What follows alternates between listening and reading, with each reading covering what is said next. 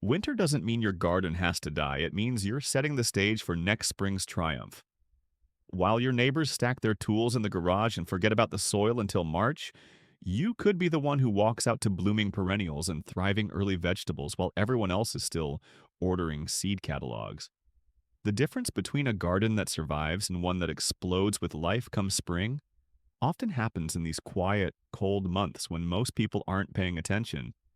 If you're serious about transforming your garden from barely surviving to absolutely thriving, then stay with me through this entire video because I'm sharing 10 winterization tasks that professional gardeners swear by, and I promise the last one is something most people completely overlook.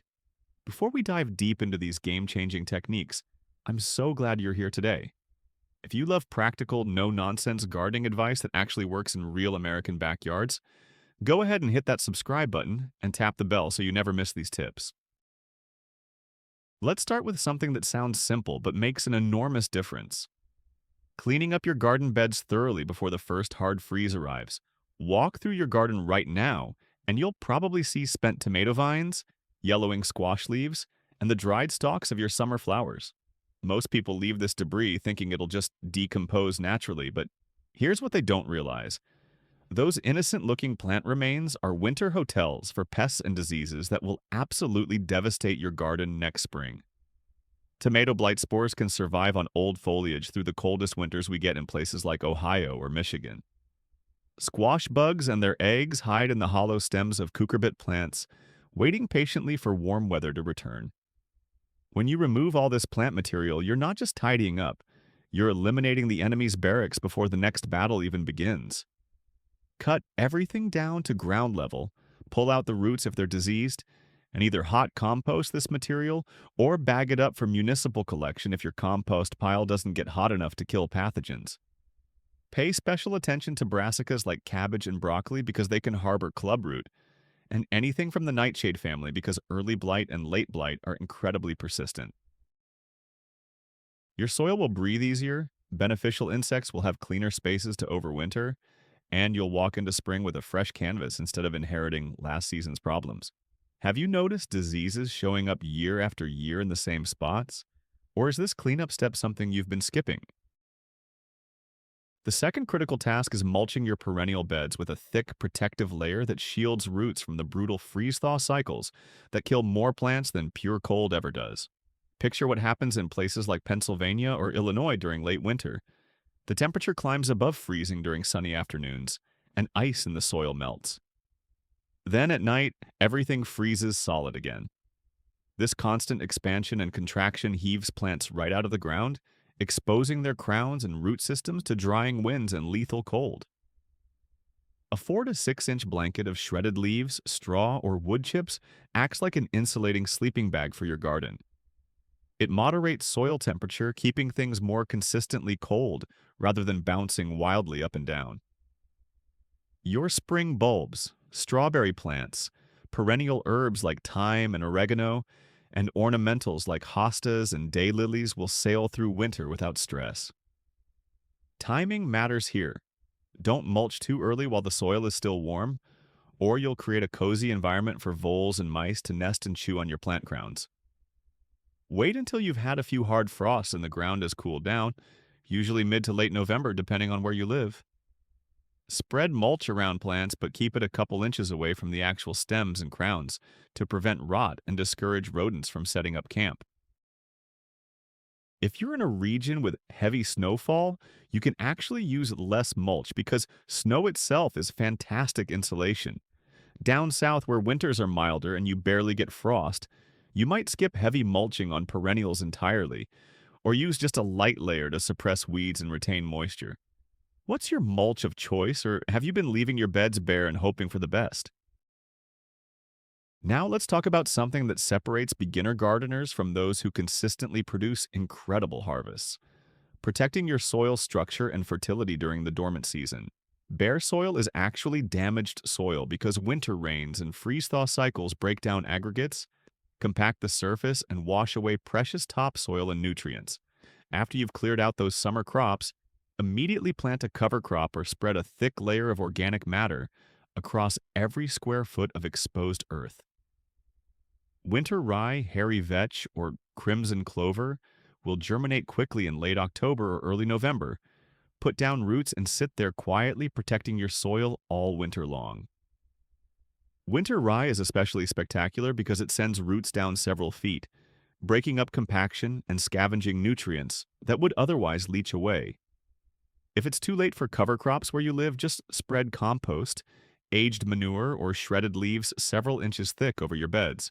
Worms and soil microbes will slowly work this material down into the soil structure, building fertility while you're inside drinking hot chocolate. The investment you make in soil protection right now will pay dividends in the form of fluffy, nutrient-rich earth that practically grows plants by itself come springtime. Are you currently using cover crops, or does this sound like too much work for the off-season? Here's a task that can literally save you hundreds of dollars and years of heartbreak. Inspecting and protecting your fruit trees and berry bushes from winter damage and hungry wildlife.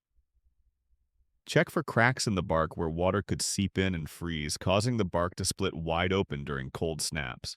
Wrap the trunks of young fruit trees with tree wrap or white plastic tree guards to prevent sunscald, which happens when winter sun warms the bark during the day, and then temperatures plummet at night, causing cells to rupture and die.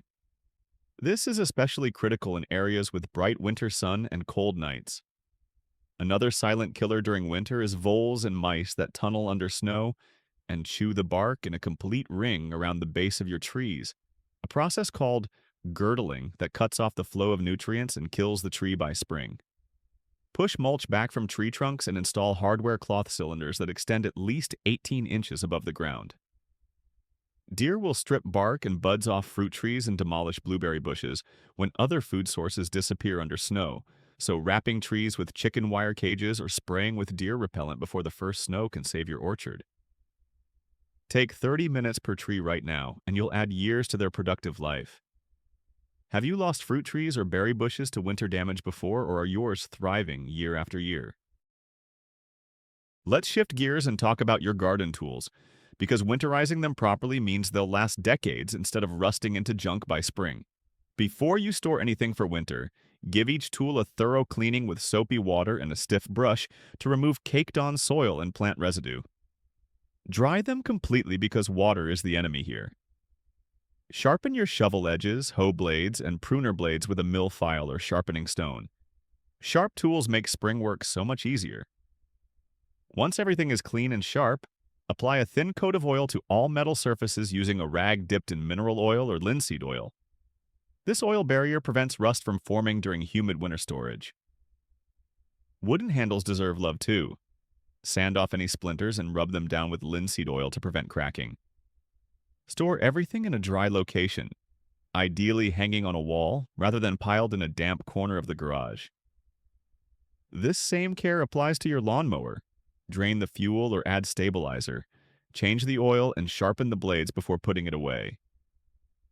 Do you have a tool maintenance routine, or do you just throw everything in the shed and hope for the best? One of the most overlooked winterization tasks is draining and storing your irrigation system properly, and this can save you from expensive repairs and major headaches come spring. Any water left inside drip lines, soaker hoses, or sprinkler systems will freeze and expand when temperatures drop, cracking pipes and splitting fittings from the inside out. Start by shutting off the water supply at the main valve, open all drain valves, and blow out the lines with compressed air to ensure they're completely empty. Many gardeners hire professionals for this, but you can rent a compressor and do it yourself if you're comfortable with the process. For above-ground drip irrigation and soaker hoses, disconnect everything, drain the water, coil up the hoses neatly, and store them in a shed or garage. Check all your fittings and connectors for cracks while you're at it. Don't forget outdoor faucets. Disconnect garden hoses, drain them, and install insulated faucet covers on outdoor spigots. If you have frost-free faucets, remove the hose first because leaving it attached traps water in the valve and defeats the purpose. One burst pipe can cause thousands of dollars in damage, so this prevention step is worth the effort. Have you been winterizing your irrigation system every year, or is this something you've been rolling the dice on? Here's something that might surprise you. Moving tender potted plants indoors before frost arrives can extend your growing season by months and save plants that would otherwise die. Herbs like basil, rosemary, or lemon verbena, or tropical plants like hibiscus and citrus trees absolutely cannot survive freezing temperatures. Even a light frost will turn basil into black mush overnight. Before nighttime temperatures consistently dip into the 40s, start transitioning these plants indoors gradually over a week or two so they can adjust to lower light levels without going into shock. Check every plant carefully for hitchhiking pests like aphids or spider mites before bringing them inside. Spray plants down with water, inspect leaf undersides, and treat with insecticidal soap if needed. Once inside, place plants in the brightest windows you have and supplement with grow lights if necessary. Watering needs will drop significantly because growth slows down in winter. Hardier container plants like lavender and sage can stay outside in many regions, but group pots together against a south-facing wall where they'll get extra warmth and wind protection. Wrapping pots with burlap insulates the roots from temperature swings. Which tender plants are you trying to keep alive through winter, or do you just let everything die and start fresh in spring? Now I want to talk about one of the most rewarding winter tasks: planting spring flowering bulbs before the ground freezes solid. There's something magical about tucking tulips, daffodils, crocuses, and hyacinths into cold soil in November, knowing they'll rest quietly underground all winter, and then explode into color when the world wakes up. These bulbs actually need that cold period to trigger flowering. The ideal planting window is after the first frost, but before the ground becomes rock hard, usually October through early December. Choose a spot with excellent drainage because bulbs will rot in soggy soil.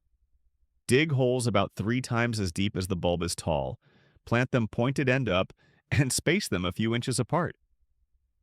Mix bulb fertilizer or bone meal into the planting hole for a nutrient boost. Daffodils are incredibly reliable and will multiply into larger clumps year after year, plus deer and rodents hate them. Tulips are showstoppers, but often decline after the first year, so many gardeners treat them as annuals. Crocuses and snowdrops are the earliest bloomers, often pushing through snow in February or March. For maximum impact, plant bulbs in large groups rather than spacing them out individually. Are you planting bulbs this fall, or have you been missing out on this easy burst of spring color? Here's a winter task that most gardeners completely ignore until it's too late: pruning back diseased, damaged, or overcrowded branches while plants are dormant. Winter is actually the perfect time to prune most deciduous trees and shrubs because you can see the structure clearly without leaves blocking your view, and plants are resting so they won't suffer stress from the cuts. Walk around your property and look for dead branches, crossing limbs that rub against each other or stems growing toward the center instead of outward. These problem areas create wounds where disease enters and they block airflow, which invites fungal issues come spring. Fruit trees especially benefit from winter pruning because you're removing disease-harboring wood and shaping the tree for better light, penetration, and air circulation. Remove any branches growing at narrow angles from the trunk because these weak connections often split under the weight of fruit or snow. Don't prune spring-blooming shrubs like lilacs or forsythia right now, though, because they set their flower buds in summer and you'll cut off all the blooms. Roses benefit from a light cleanup now, removing dead canes and shortening tall growth that might whip around in winter winds, but save major pruning for early spring. If you spot any signs of disease, sterilize your pruners between cuts with rubbing alcohol to avoid spreading pathogens. Do you tackle winter pruning every year, or does it feel too intimidating to know what to cut?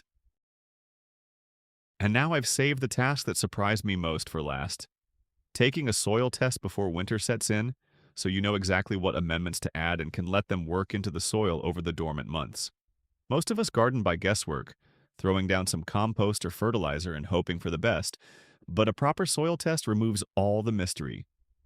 For about $20, you can send a sample to your state's cooperative extension service, and they'll measure your pH, nutrient levels, and organic matter content. The results come back with specific recommendations for your soil type and what you're planning to grow. Maybe your pH is too acidic, or you're severely deficient in phosphorus, or your nitrogen levels are actually fine, and you've been over-fertilizing for years. Armed with this information, you can add lime to raise pH or sulfur to lower it, spread rock phosphate for phosphorus deficiency, or incorporate specific organic amendments that target your soil's weak points. The brilliant thing about doing this in fall is that amendments like lime can take months to fully react with the soil. So applying them now means your soil will be perfectly balanced by spring planting time. Testing every 3 years gives you a clear picture of how your soil is evolving. This single step transforms you from someone who gardens blindly into someone who gardens with precision. When was the last time you tested your soil, or have you been flying completely blind?